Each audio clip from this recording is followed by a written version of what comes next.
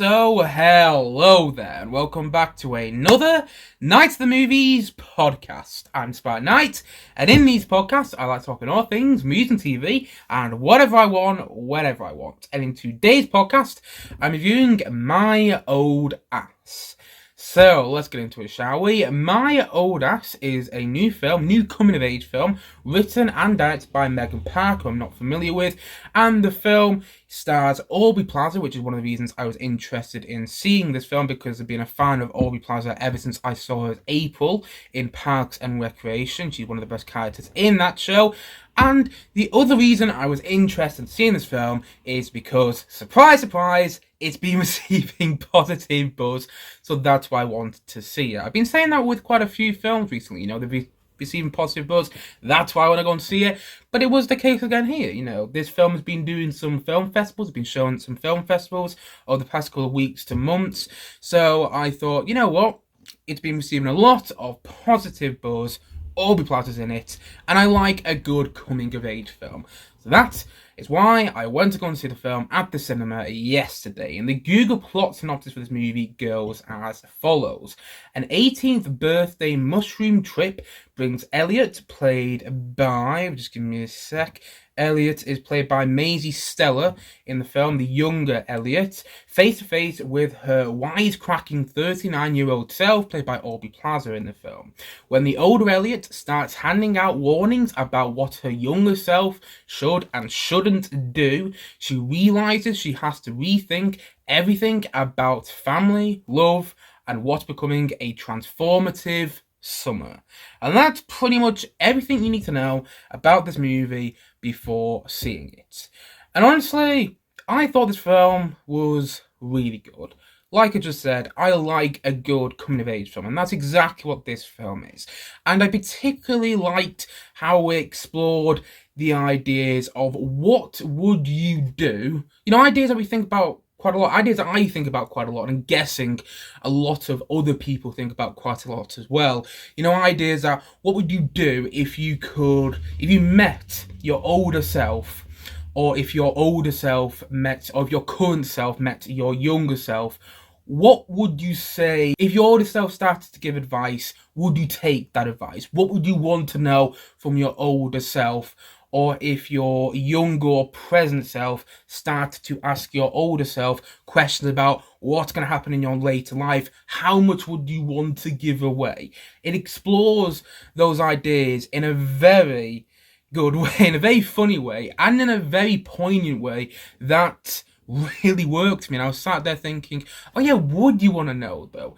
And would you change things? Even if you knew the outcome, even if you knew that further down the line, this relationship might not work, or you might not be friends with this person anymore, or you might not be involved in this group of people, or you might not even be working at this place anymore, things like that. Even if you knew that something may fall apart, would you still want to carry on with it anyway? And explores those ideas in a way that truly worked for me. Plus, it's a time travel film that doesn't really focus on the time travel aspect and gets away with it, because the rest of the film is so much... Because the explanation to the ideas I've just been talking about, the explanation to the ideas if you met your older self, what would you want to know? What wouldn't you want to know? And if you met your younger self, if you're an older version of yourself, you follow me there. I don't know how much I'm making sense, but if you were an older version of yourself and you met your younger self, what would you want to tell them? It explores those ideas in a way that I was able to get past the whole time travel aspect, because it wasn't important. It's kind of a time travel film, but the time travel aspect isn't important whatsoever, and it gets away with it. It gets away with that. I can't tell you how many times I've seen films which have included time travel, and that becomes my one big problem in the movie. Like, a big example there for me is Harry Potter and the Prison of Azkaban. Great film, but then in the final act of that movie, they use time travel, and I'm like, no, this film would be so much better if you didn't. But I've already spoken at length about that movie a couple of months ago on this channel. But what I'm saying there is, usually time travel can ruin films for me, and it didn't ruin the film here. I actually thought the time travel element was handled well, and I spoke a little bit more about the time travel element than I was expecting to. But I do also think the film deals with its melancholic and deals with its emotional moments very well as well. It's not a film that gets too melodramatic. It does get melodramatic and maybe a little too melodramatic for my liking. I'm not a big fan of melodrama in my movies, although saying that, some of my favourite films are full of melodrama. But, this film has melodramatic moments, but they're handled very well. It's not too soppy. It's not too melancholic. It doesn't focus on it too much, and I think there's a nice balance of comedy, drama, and an overall really interesting coming-of-age story that is told in this movie. My biggest criticism is I wish there was more Aubrey Plaza, because Aubrey Plaza, I mean, she is showing how fantastic of an actress she is recently. She was so good in the last series of The White Lotus, and she is brilliant in this film. Every time she's on screen, I was like, I am so drawn to you with your performance. I mean, it's subtle, but so magnetic at the same time. There's not many actors that can do that. Not many actors that can have that sort of performance, and yet she brings that with her performance in this movie. And I thought she was just brilliant in the film, but she's not on screen enough. Her presence is felt throughout the film, because you do often hear her on the phone to her younger self in the movie. If you've seen the film, that makes more sense there. But anyway, her presence is felt in the film, and you still hear her voice quite a bit in the movie, but you don't get to see her quite as much on screen as I would have liked to, because every single time she's on screen, it's so magnetic. And I did wonder, leaving the cinema yesterday, if she was on screen more, would I like the film a lot more? Would the film have elevated to another level for me? And that's not to say the other performances are bad. Maisie Elliott as a lead does a great job as this 18-year-old, going through this transitional but exciting part of her life. She conveys that part of your life, that part of your life when you're an 18-year-old and you're going through all these things. She plays that part very, very well, and everybody else is wonderful in the film. But I just, would have liked a bit more Aubrey Plaza. That is all I'm saying. And I suppose another thing with me in this movie would be I was surprised by the direction the film took.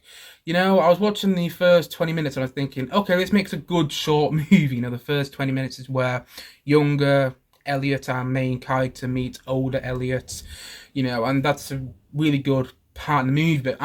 But when that was happening, I was thinking, okay, where's the film going after this? And it went in a direction I didn't expect it to. It basically became a love story. And I'm not saying a love story was bad. I'm not saying that at all. But I did wonder, coming out of the cinema, if it went in a different direction. If I made this movie, I would have not made it a love story. And I was wondering, coming out of the cinema, if it went in a different direction, could it have been better? And I do wonder what that film would have been like if it wasn't a love story. However, even with my criticisms, I still had a really great time watching this movie, far more than I expected to. I didn't really know anything about it going in, and I thought it was just this wonderful coming of age story that I got emotionally engaged in, and I really went along with, and smiled and laughed and had a really great time watching. It's one of those films which I think people will properly discover on Amazon Prime, on Prime Video, the Amazon Prime streaming service, in the next couple of months when it gets on there, because it's an Amazon AGM produced movie, and when it's when people see it on Prime Video, I think it will get its I think I'll get it. I can't speak apparently. I think it'll get the attention it deserves, because I don't think a lot of people have seen it now. But I can see it becoming one of those coming of age movies which people find on streaming and really latch onto. And I'm looking forward to when that happens, because I do think it's a worthwhile watch, even if I think it could have been slightly better. But as I would have said, it's a worthwhile watch, and it's a bittersweet coming-of-age story that, really caught me off guard. And so, all in all, I'm going to say that my old ass, I'm going to give it a 7.5 out of 10. I thought this was a solid movie, that's why I'm giving it that rating. And I thought it just, yeah, was a really good watch, and one of those ones which gets you thinking. If you met your older self, what would you want to know? What wouldn't you want to know? And even if you did know things, would you still want to carry them on? Would you still want to carry them on anyway? And I thought the film explored all of that in a very engaging and bittersweet nature. It's a wonderful coming-of-age story that I definitely recommend when it comes on Prime Video in the next couple of months. And so, as I've already said, as I'm going to say once more in this podcast today, my old ass is a 7.5 out of 10 from me.